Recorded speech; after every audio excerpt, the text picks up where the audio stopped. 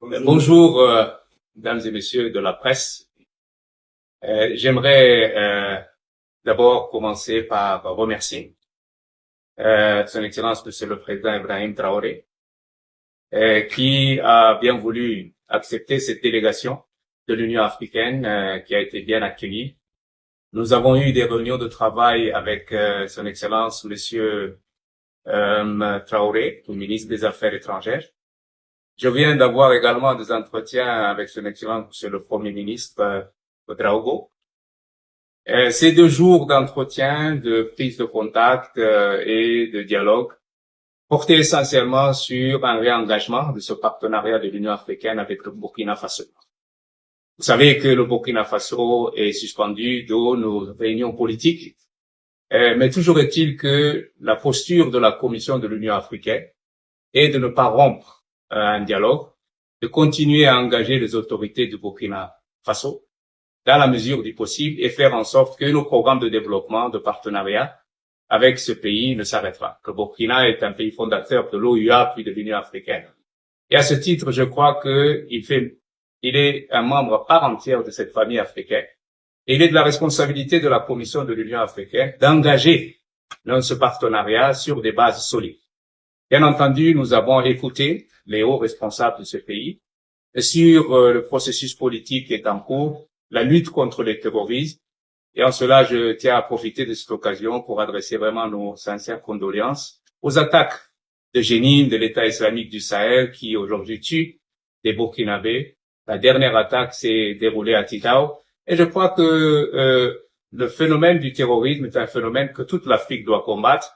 Et en cela, la solidarité de l'Union africaine est pleine et entière avec le Burkina Faso. Bien entendu, le Burkina Faso a été le pays qui a validé l'acte constitutif de l'Union africaine. Il a endossé la charte sur la démocratie et les élections. Nous avons pris note de l'adoption de la charte de mars 2026 au Burkina Faso et nous avons exprimé aux autorités de ce pays qu'il est très important pour nous aussi en tant que commission que les principes de cette charte sur la démocratie, cet acte constitutif soit respecté. Et nous pensons que le processus politique conduit par les autorités du Burkina Faso doit irrémédiablement mener à, l'ouverture de l'espace politique et la réinstallation des partis politiques et des élections qui vont venir, bien entendu, tout naturellement après l'aboutissement de ce processus. Ce que nous disons aujourd'hui, c'est que les autorités nous ont expliqué qu'ils sont dans un combat existentiel contre les terroristes. Et je crois qu'en cela, nous ne pouvons que nous tenir aux côtés du Burkina Faso. Nous avons également appelé le Burkina Faso à ce que les relations entre le Burkina et la CEDEAO s'améliorent. Et surtout, dans le cadre de l'AES-CEDEAO, il y a eu, bien entendu, un processus qui a commencé à Lomé et nous soutenons, la Commission de l'Union africaine soutient ce processus.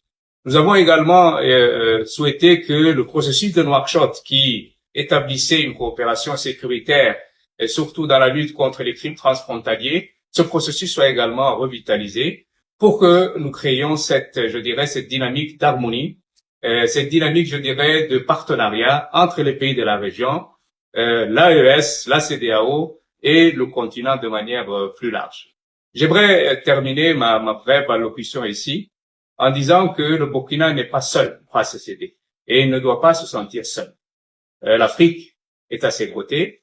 Nous avons sur le continent beaucoup de choses à faire aussi en matière de réforme, en matière de consolidation des acquis, mais il est certain que on ne peut pas vivre en autarcie. Aucun pays, aucun groupe ne peut vivre en autarcie et nous ferons en sorte que cette harmonie que nous recherchons, cette solidarité qui doit être de rigueur, soit vraiment se matérialise sur le terrain à travers notre partenariat avec le Burkina Faso. Voilà un petit peu un condensé, un résumé des entretiens que j'ai pu avoir avec les autorités de ce pays.